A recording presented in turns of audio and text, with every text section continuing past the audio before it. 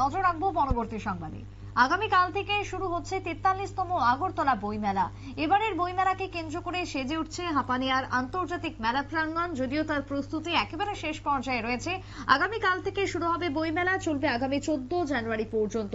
বইমেলাকে কেন্দ্র করে দেখাচ্ছে সেই স্থান ইতিমধ্যে সাজিয়ে তোলা হচ্ছে প্রতিটা বইয়ের স্টল। কি বক্তব্য বইমেলা থেকে উঠে এসেছে শুনুন। তথা মুখ্যমন্ত্রীর নিকট আমরা দাবি করেছিলাম যে বইমেলা এমন একটি মরশুম হোক যে সময় বৃষ্টি থাকবে না, পরিবেশ সুগম থাকবে এবং ভাবি প্রজন্ম যাদের উদ্দেশ্যে আমরা বইমেলা আয়োজন করি তারা যেন বইমেলায় মুক্তমঞ্চে সময় নিয়ে আসতে পারে, পরীক্ষার চাপ না থাকে। সেই দৃষ্টিতে বর্তমান যে সময়টা ছাত্রছাত্রীদের পরীক্ষা থাকবে না, লেখাপড়ার চাপ তেমন থাকবে না, তাই এই সময়টা মেলা করার জন্য আমরা রাজ্য সরকার তথা মাননীয় মুখ্যমন্ত্রীর দাবি জানিয়েছিলাম।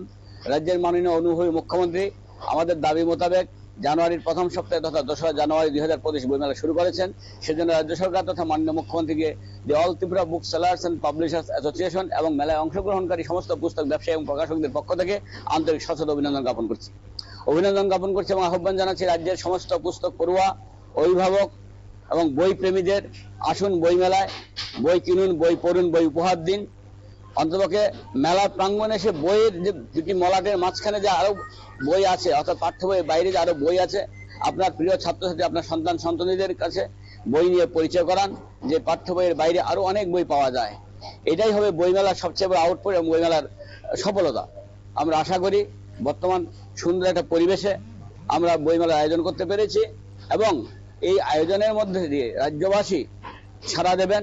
এই বইমেলায় শুধু ত্রিপুরার বা আগরতলার প্রকাশকরা বা ব্যবসায়ীরা নন, সারা রাজ্য থেকে যেমন বিভিন্ন মহকুমা থেকে পুস্তক ব্যবসায়ী এসেছেন বইয়ের পসরা নিয়ে, ঠিক তদ্রূপভাবে রাজ্যের বাইরেও কলকাতা, দিল্লি, গুয়াহাটি তথা আসাম থেকে অনেক পুস্তক ব্যবসায়ীরা বা প্রকাশকরা এসেছেন তাদের বইয়ের ডালি নিয়ে। বাংলাদেশ প্রতি বছর অতিথি রাষ্ট্র হিসেবে আমাদের বইমেলায় অংশগ্রহণ করতেন, কিন্তু বর্তমান বাংলাদেশের যে অনভিপ্রেত যে সমস্ত ঘটনাগুলি চলছে সেই নিরিখে আমাদের এই বইমেলায় তারা অনুপস্থিত। যদিও আমাদের পক্ষ থেকে আমন্ত্রণ ছিল, তারা বইমেলা আসেননি। কিন্তু না হলো আন্তর্জাতিক মেলার যে বইমেলার যে রূপটা, এখানে শুধুমাত্র ভারতবর্ষের বই নয়, আমাদের যারা ডিস্ট্রিবিউটারশিপরা আছেন, কলকাতা থেকে এসছেন, ত্রিপুরা আছেন, তারা বহির্বিশ্বেরও অনেক বই নিয়ে এই মেলা প্রাঙ্গণে পাঠকদের সমাজ কাছে তুলে দেবেন।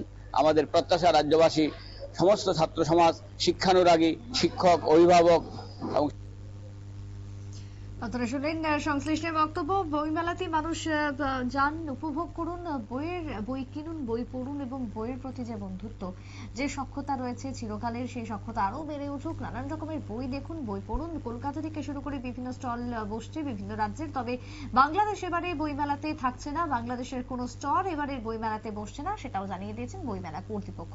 সবকিছুকে কেন্দ্র করে সেজে উঠছে আগরতলা বইমেলা একটু একটু করে। ছোট্ট একটা বিরতির পর ফিরবো, সঙ্গে থাকুন।